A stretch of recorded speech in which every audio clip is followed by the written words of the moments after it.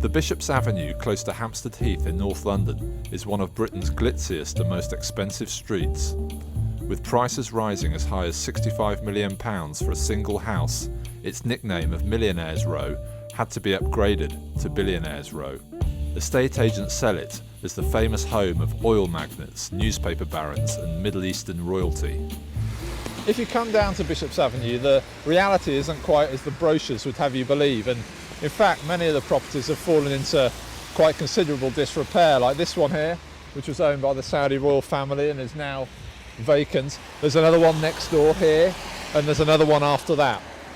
And the truth is that large swathes of one of the most expensive addresses in Britain have fallen into quite serious disrepair. The Guardian has gained access inside mansions owned for the last 25 years by members of the Saudi royal family, supposedly bought as bolt holes to escape Saddam Hussein. The most palatial is the Towers, and here the ruin is almost complete. Nature has taken over. Ferns are growing out of solid stone staircases. Bird droppings encrust the gilded balustrades, and skeletons of pigeons litter the floorboards. Rainwater plinks into an empty mosaic swimming pool. There's even a consignment of unopened bulletproof glass.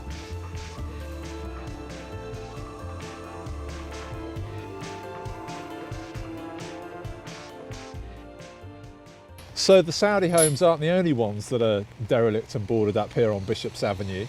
This is Jayadi's mansion that used to be owned by the former privatisation minister in Pakistan, and it's now on the market with planning permission for something much bigger, and the price is expected to go at around £30 million. As you can see, Billionaires Row isn't quite as well kept as you might perhaps expect. The bed there in front of a couple of empty mansions, and there's another one just through here which has been seized from a Kazakh billionaire, and it's gone on the market for about £16 million. There goes a Lamborghini. Oh, is that a Lamborghini? That's the kind of street we're on. You shouldn't even know about that kind of thing. This is Trevor Abrahamson, founder of Glentree Estates, which has sold dozens of homes on the avenue.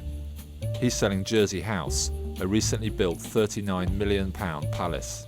There's a lot to be said for Bishop's Avenue. I mean, as I said, it ticks a lot of boxes for people, and that's why it is one of the most renowned roads in the world, ranking alongside Rodeo Drive, Wall Street, Piccadilly, etc., etc.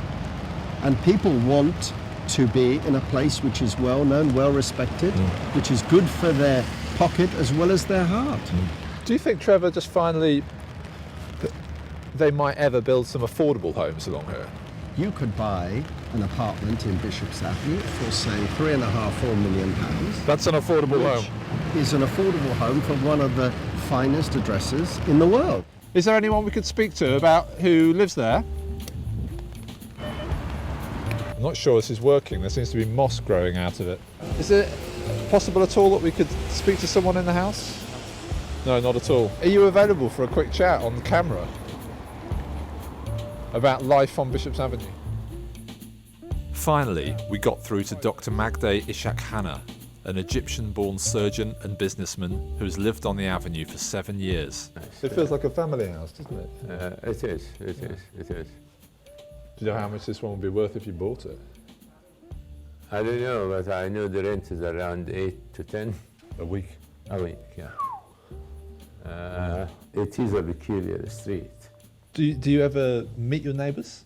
If you ask me the question, do I know them that we'll be able to chat across the fence as we do in the rest of UK, the answer is no, because none of these people really appear in the fence. None of these people appear on their fences. Yeah. You don't need to share a cup of sugar.